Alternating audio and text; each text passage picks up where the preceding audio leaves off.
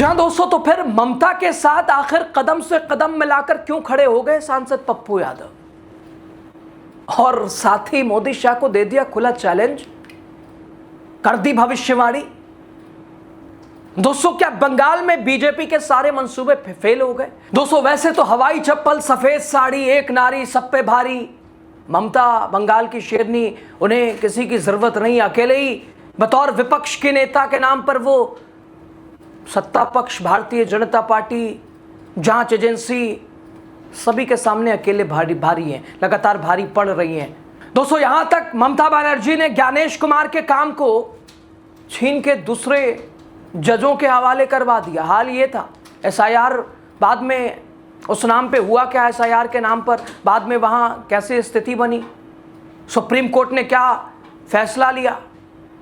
वैसे फिर भी पप्पू यादव अगर आके खड़े हुए हैं तो ये ऐसे ही बीजेपी के लिए कोई चुनौती से कम नहीं। आपको बताएंगे कैसे भारतीय जनता पार्टी के मंसूबे ममता के आगे बंगाल उन्हें फेल कर रहा है, बताएंगे आपको। द राजनीति का खास सेगमेंट आप देख रहे हैं खबर विश्लेषण के साथ, मैं हूं आपके साथ यासूब रजा। दोस्तों पश्चिम बंगाल की सियासत इस वक्त उस मोड़ पर खड़ी है जहां बयानबाजी नहीं है बल्कि सीधी जुबानी युद्ध छिड़ चुकी है।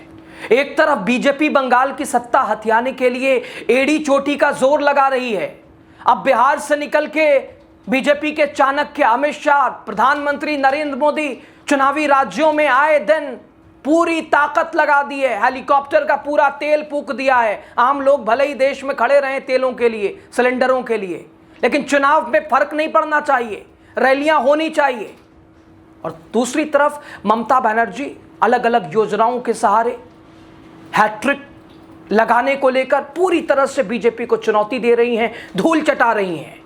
रैलियों का नजारा देखिए, भर भर के बीजेपी की रैलियों में कैसे लाया जा रहा है वो आप देख ही रहे हैं। दूसरी तरफ ममता बनर्जी की रैलियां, ममता बनर्जी का कार्यक्रम, ममता बनर्जी के साथ लोगों का कदम से कदम मिलाकर चलना, यह बता रहा है कि दीदी को हैट्रिक से कोई रोक नहीं सकता। और अब इसमें पूर्णिया से सांसद पप्पू यादव ने भी ऐसी भविष्यवाणी कर दी है जिसने दिल्ली से लेकर कोलकाता तक हलचल मचा दी है।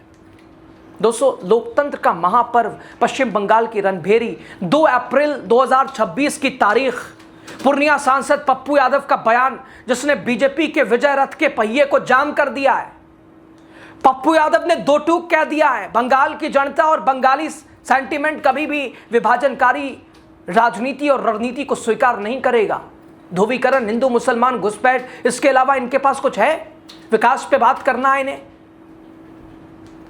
दोस्तों पप्पू यादव ने साफ लफ्जों में कह दिया कि बीजेपी 100 जन्म ले ले तब भी बंगाल की धरती पर ममता बनर्जी को नहीं हरा सकती है।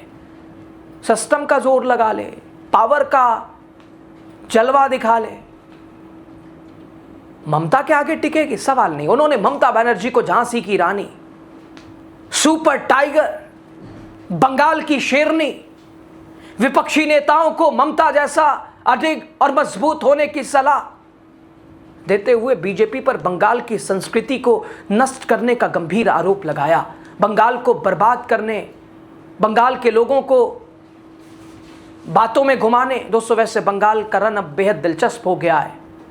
बीजेपी ने गजब का खेल भी किया है, सेधमारी के लिए असदुद्दीन ओवैसी साहब को भी उतार दिया है, हुमायूं कबीर के साथ अब वो मुस्लिम वोटों में, लेकिन क्या फर्क पड़ने वाला है? बंगाल का मुसलमान ममता बनर्जी के साथ जिसे सेधमारी के लिए बीजेपी ने वहां खड़ा हुआ है। दोस्तों पप्पू यादव का ये हमला उस वक्त आया जब बीजेपी बंगाल में अपनी पूरी ताकत झोंक रही है, पूरे सिस्टम को लगाई हुई है, कोई भी कसर बीजेपी छोड़ना नहीं चाहती है। क्योंकि पश्चिम बंगाल उत्तर प्रदेश के लिए सेमीफाइनल होगा, और भी 2026 में जिन जिन राज्यों में, असम, जिन जिन केरला, जहां जहां तमिलनाडु चुनाव है, वहां बीजेपी चाहती है पूरा वर्चस्व अपना बना लिया जाए, लेकिन पश्चिम बंगाल उसमें महत्वपूर्ण पड़ाव है।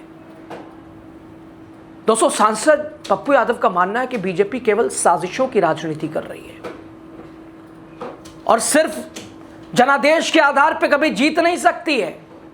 अगर सिस्टम अपना ना लगाए तो बिहार भी हाथ से नहीं जाता। ये सब बीजेपी के सत्ता में रहने का खेल है। उन्होंने उदाहरण दिया कि असम का, जहां उनके अनुसार बीजेपी ने छल से जीत हासिल की थी, फिर वही कोशिश। लेकिन बंगाल की पप्पू यादव कह रहे हैं कि जागरूक जनता और उनके सामने बीजेपी की दाल कतई गलने वाली नहीं है। बंगाल का पानी ऐसा नहीं है कि बीजेपी की दाल को गला दे। दोस्तों, सियासी जानकारों की माने तो पप्पू यादव का ये बयान बीजेपी के उस हिंदुत्व काट की काट है जिसे वो बंगाल में भुनाने की कोशिश कर रही है। पप्पू यादव ने स्पष्ट कर दिया कि बंगाल की मिट्टी का मिजाज अलग है। यहां दुर्गा पूजा की गूंज और रविंद्र संगीत की मिठास है, जिसे बीजेपी की कट्टरपंथी राजनीति, डिवाइड एंड रूल वाली राजनीति, ध्रुवीकरण हिंदू कभी समझ नहीं पाएगी बंगाल की जनता। दोस्तों, जाहिर है इतना बड़ा हमला हो और बीजेपी खामोश रहे, ऐसा मुमकिन ही नहीं है। पप्पू यादव पर पलटवार करते हुए बीजेपी प्रवक्ता ने इसे सुर्खियों में रहने जैसा कदम बताया।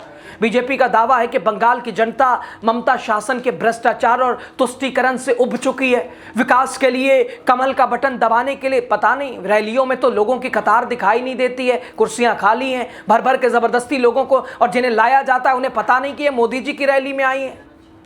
दोस्तों, विश्लेषण अगर करें तो पप्पू यादव की बात में कड़वी सच्चाई छिपी है। बीजेपी ने पिछले कई चुनावों में उत्तर भारत में जो फॉर्मूला अपनाया है वो बंगाल में अक्सर फेल साबित हुआ है। 2 चुनावों से भाई साहब वो दीदी हवा निकल गई है, जिसके बंगाल की जनता बाहरी बनाम भीतरी की लड़ाई में हमेशा अपनी मिट्टी के नेता को चुनती है।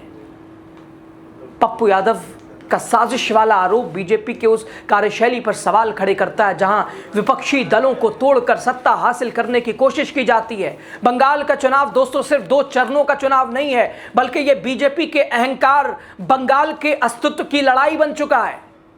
तो क्या पप्पू यादव की यह भविष्यवाणी सच साबित होगी? क्या वाकई बीजेपी बंगाल के बंगाली सेंटिमेंट को समझने में नाकाम रही? पप्पू यादव के तेवरों ने एक बात तो दोस्तों साफ कर दी है कि 2026 का ये चुनाव सिर्फ वोट बैंक का खेल नहीं है, बल्कि ये विचारधाराओं की वो जंग है जिसमें बीजेपी के लिए रास्ता आसान नहीं होने वाला है। क्या शेरनी की दहाड़ के आगे बीजेपी के दावे ढेर हो जाएंगे, या दोस्तों बीजेपी कोई हथकंडा अपनाएगी? ये तो वक्त बताएगा। लेकिन फिलहाल पप्पू यादव के 100 जन्म वाले बयान ने बीजेपी की नींद जरूर उड़ा रखी है। बंगाल का सुपर टाइगर, बंगाली संस्कृति की रक्षा, बंगला की आवाज एक ही शेरनी है, झांसी की रानी ममता दीदी। पूरा बंगाल और बंगाली सेंटिमेंट ममता दीदी के साथ है। बीजेपी हमेशा बंगाली कल्चर, बंगाली संस्कृति, सभ्यता के खिलाफ रही है और बीजेपी को पूरे नॉर्थ में सिर्फ साजिश के तहत आसाम ही जीती थी, कहीं भी जीतने की स्थिति नहीं होती है। बंगाल की जनता 100 जन्म में बीजेपी को एक्सेप्ट नहीं करेगी। अब दोस्तों, बंगाल की शेरनी ममता बनर्जी का तेवर के छेड़ने की कोशिश की गई पूरे देश में भारतीय जनता पार्टी की बुनियाद हिला देंगे। और दोस्तों, आज विपक्ष के नेता भी ममता बनर्जी से सीख ले रहे हैं। भाई साहब, तैयारी हो तो ऐसी, मुकाबला करने वाले की हिम्मत हो, कुव्वत हो, ताकत हो तो ऐसी। और दूसरी तरफ अलग अलग तरह से, क्योंकि कोशिश विपक्षी दल भी ममता बनर्जी को मजबूत करने का प्रयास कर रहे हैं। हालांकि ये बताने की कोशिश, हिसाब सब अलग अलग है, विपक्ष बटा हुआ है, नुकसान में। आपने देखा था किस तरह से उत्तर प्रदेश में कांग्रेस सपा के बीच का विवाद दिखाया गया, लेकिन हुआ क्या? परिणाम आपके सामने है। तो बंगाल भी क्या उसी राह पर आगे बढ़ता नजर आ रहा है? अब आपकी राय क्या है बंगाल को लेकर, ममता की तैयारी को लेकर, बीजेपी के हथकंडे को लेकर, पप्पू यादव के तमाम इस सवालों को लेकर? बताइएगा। आपसे बहुत शुक्रिया।